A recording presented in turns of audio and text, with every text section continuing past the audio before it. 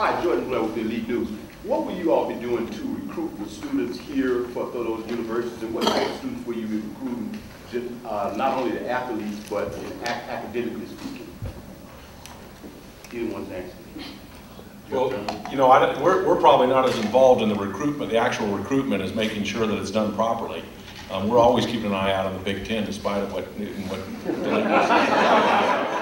but you know, we obviously work with our board of directors and our athletics directors and even coaches to ensure that what is done correctly. But their main focus is on the youngsters that fit best into their program. And you know, we have been working, all of us, with our colleagues throughout the country on enhancing academic standards and ensuring now that we provide the kinds of opportunities for young people to come in and be, if they aren't as prepared as some of their classmates, there's a lot of resources and devotion of resources in terms of people and money at all of our institutions that's going toward ensuring that we can assist those youngsters graduate. That's our main focus, our main goal, and we've adopted standards now that have to be met and that are continuing to be reviewed and enhanced and so forth to ensure that we do as much as we can in that regard.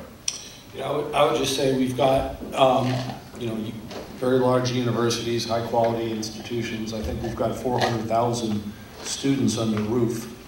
And so we've got students from every state in the union and most countries in the world, and you know, they're global universities. While they're state assisted, they recruit faculty and students from all over the world. And so, you know, whether it's Dallas or whether it's Denver or whether it's Los Angeles, we have students from those communities. And we've got what I would describe as a Big Ten diaspora. After they graduate, they often move to warmer weather and vibrant economies. And so, you know, we've got the largest alumni base of any conference in the country, well over 4 million people. And about 1 million of them live outside of our region, outside of the 8 states. And so, as a result, whether you're in Phoenix, we've got more Big Ten graduates in Phoenix than there are Pac-10 graduates in Phoenix. We have over 250,000 alums on the west coast of Florida, and over 200,000 in New York City, and over 300,000 in Southern California. I don't know the number here, but it's well over 150,000 in this region. So, you know, there's tremendous movement of students and alumni simply because this is a vibrant economy, and our universities do a fabulous job of educating young people. And I would add that from our perspective, postseason college football is so powerful, and these bowl games are so powerful. Student athletes that are being recruited want to know when they are on a winning team that they've got a bowl game to play in, and they want to play in games in places like Dallas, and in Honolulu, and in Phoenix, and in New Orleans. And so it's very powerful, and the alumni want to know that they can follow their team to those places. And so, you know, I think that sometimes we take for granted the power of what we're talking about here. Other questions? I'd just like to make a couple of comments about the conferences themselves. We're really pleased again to get these conferences. 2 of them are Dallas-based, of course, and that are the Big 12 and the Conference USA.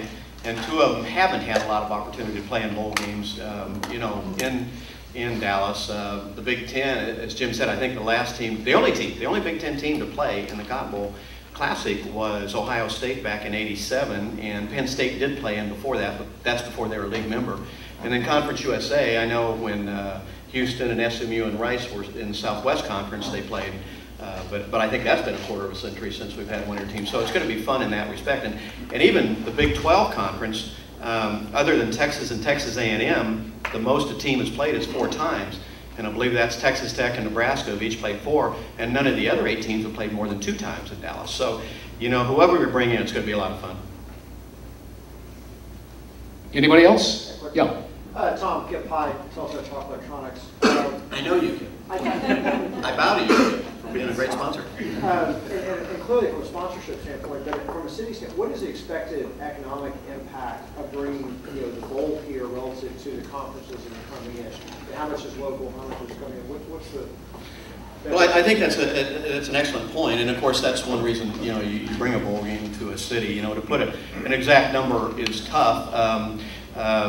You know, Steve Hatcher, when you were at the Orange Bowl, what would you say your economic impact was when you were there? Well, if you included the parade, and it was a week stay, it was close to 140 million. Yeah, yeah.